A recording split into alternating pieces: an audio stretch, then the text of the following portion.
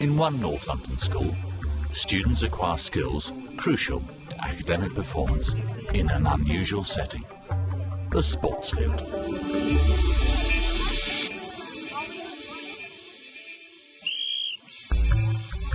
Tuesday morning, Whitefield School, Cricklewood in northwest London.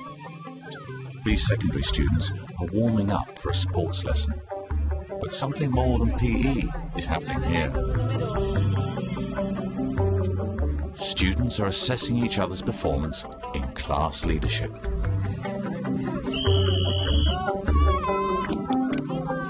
Today's lesson, all students are involved in planning a warm-up and an actual activity to teach the rest of the group.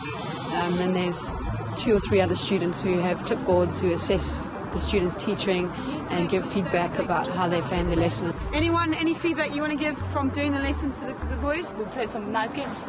Games are fun, yeah, Tony? I reckon Jay done it quite well though, because he was quite constructive. He was telling me what not to do. What's taking place is an exercise in using sport to improve powers of leadership and communication.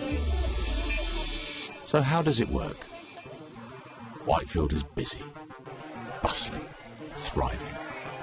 The school population is extremely diverse, with special educational needs of one kind or another high on the agenda.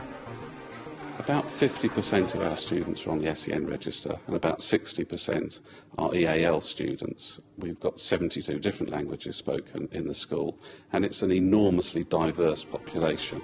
Over the years, the school has maintained a harmonious atmosphere, but hasn't always performed well academically. We settle, please. In 1999, senior teachers, including Peter Blenkinsop, then a deputy head, identified the main cause of low academic achievement: a lack of energy and focus in the school.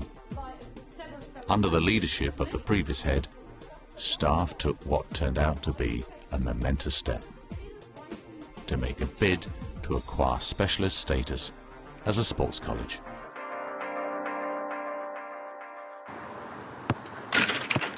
We needed a focus for the school. We needed to be something special. We needed to be something different. We needed to change the image of the school from a dowdy, down-at-heel place into something that was vibrant and exciting. And sport was the obvious choice for us because it would enable us to engage the students that we had. Making the bid involved some fancy footwork, weaving through a complex set of conditions, approaching local sponsors, writing a 200-page application. A deputy head was appointed from within the school who took charge of writing the bid, of collating all the information, getting all the data together. And the senior management team within the school then reviewed the content of that so that we understood what it was that we were committing ourselves to. Crucial to the process was advice and support from the Youth Sports Trust. They checked that we were doing the right things. They provided lots of guidance and advice in terms of what kinds of curriculum we should have, how it was that we could operate. They identified people that we could talk to who would provide us resources and other kinds of support. And they set up a structure which meant we had to report to them, which was really very helpful in our own monitoring processes. 18 months of effort paid off. The bid was successful. The reward? a £100,000 government cash grant. The impact on the school's physical education was immediate. As part of being a sports college, we're able to use the extra funding, and we've used that by bringing in extra PE staff. That's lowered the number of students within classes, which I think again has added to the quality of the PE that's been taught here.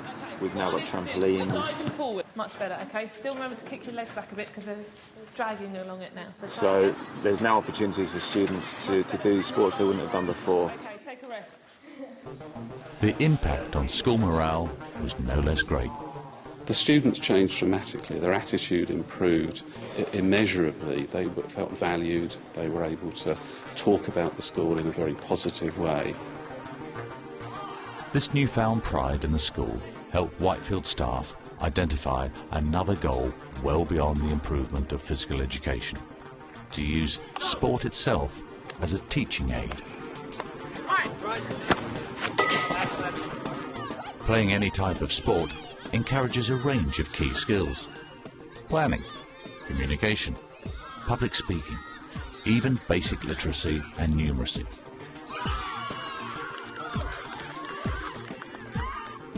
The trick is to harness the experience and help students transfer it into other areas of study, other areas of life. Enter the leadership program. Part of being a sports college means acting as a hub for other schools in the area. Head of Girls PE, Desiree LaRue, found this role ideal for teaching Whitefield students skills of leadership and communication. They've got to cover 6 modules in theory, and then we take them into our local primary schools to teach year 4, 5 and 6 students. And then at the end of that, they get a nationally recognised qualification as a leader. And then they go into the primary school on their own and run clubs during lunchtime and after school. First of all, you're going to have to run from this comb down to here. These Year 11 students are devising warm-up and team exercises as part of their preparation for primary school coaching. In the process, they assess each other's performance as class leaders. On the sheets, it's kind of a breakdown of every stage of the lesson, informing the students of what they're going to be taught in that lesson, use of their voice, use of a whistle, can people hear what they're saying, confidence. It's just everything that's involved in teaching the lesson and where they need to improve and what's going well. On-the-spot feedback from their peers may seem a hard thing for teenagers to take, but according to staff, the students at Whitefield seem to thrive on it. Today, I saw you losing your temper a bit, like when they wasn't doing what you wanted them to do. If it was primary school children, they would have been crying. So, just have to keep your temper down. We empower students now in taking responsibility in lessons, in terms of leading warm-ups, leading practices.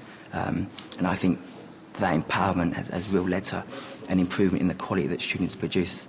I think it's about if students are teaching other students, the learning they get from that is much more powerful than when teachers actually teach those students. So that's been a real major benefit. The leadership program approach now extends to sports lessons generally. These Year 10 students are assessing each other's performance in a mixed game of netball. He's travelling much less and his passing's got better. I think what we've tried to do is make students independent learners and then give them the ability, the skills that they need to pass on to other students within their class. So successful has the leadership program been, the plan is to extend it beyond physical education, to coach students in leading classes in other subjects, like literacy. Try to travel a little bit less and stop having more contact. Leadership is something that we hope to roll out across the whole school over the next year. We're going to get reading mentors out to the local primary schools and set up a reading mentor program within the school as well. Skeptics may feel that sport and academic learning do not mix. Darren, I want you doing exactly the same as you have been doing, running in on that far post. Still the same injection, but to Jack this time, okay? For Peter Blenkinsop, seeing is believing.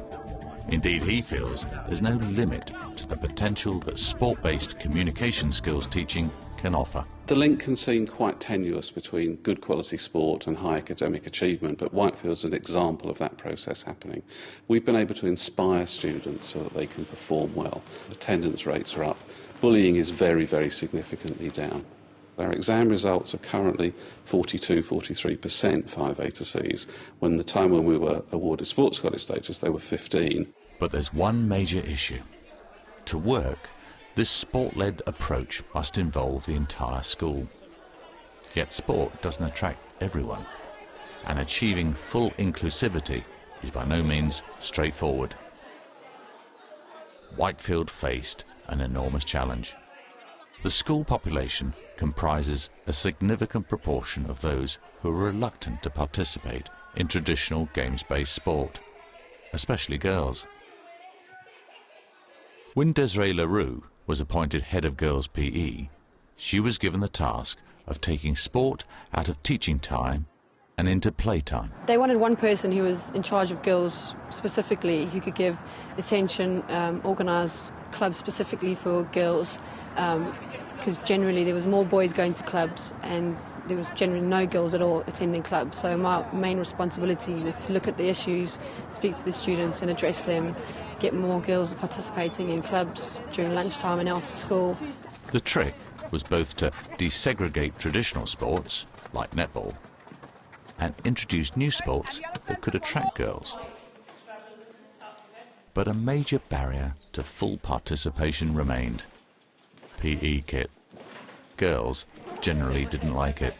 They get more self-conscious about their clothes and they want to look cool.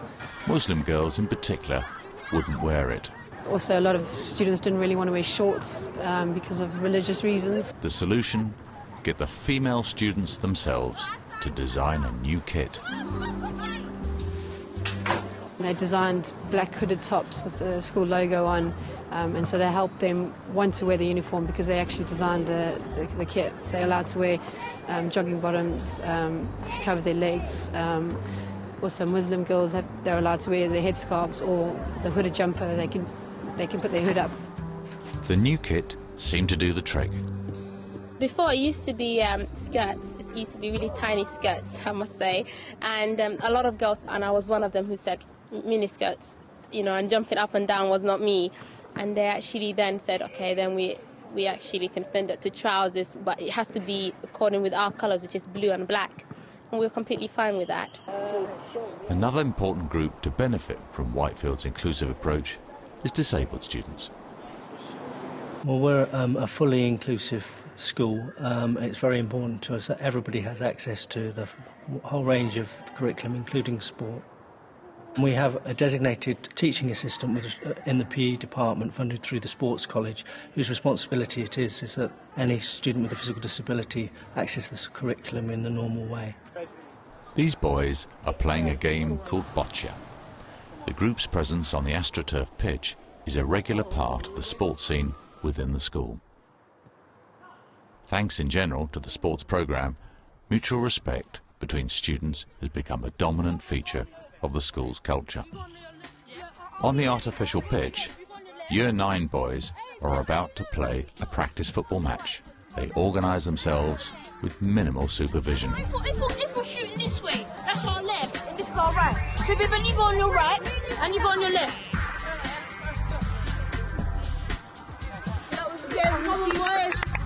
These boys don't need to be told what to do. They don't need to be kept in line by constant adult intervention. The students now are able to talk to each other, listen to each other, not all the time, but some of the time, and I think that's partly as a result of the work that they've done in PE. The conclusion seems inescapable. Skills acquired on the sports pitch have had an impact on the culture and the performance of Whitefield as a whole. And the school's learning, through this sport approach, may, in a few short years, get international recognition at the highest level. We had a young man who came to us from another school. He'd been in lots of trouble in that school and was due to be probably permanently excluded. When he came to us, we attached him to a trampolining coach in the Hendon Youth Sports Centre. He's now at the quality where he's likely to be in the 2012 Olympics. Through sport, Whitefield is providing a truly holistic educational experience. So when you've got the ball, what do you need to do between you? Shoot, go for the shot. It's about providing a high-quality education, and critically that's what we tried to do, and we used the vehicle of sport to do that.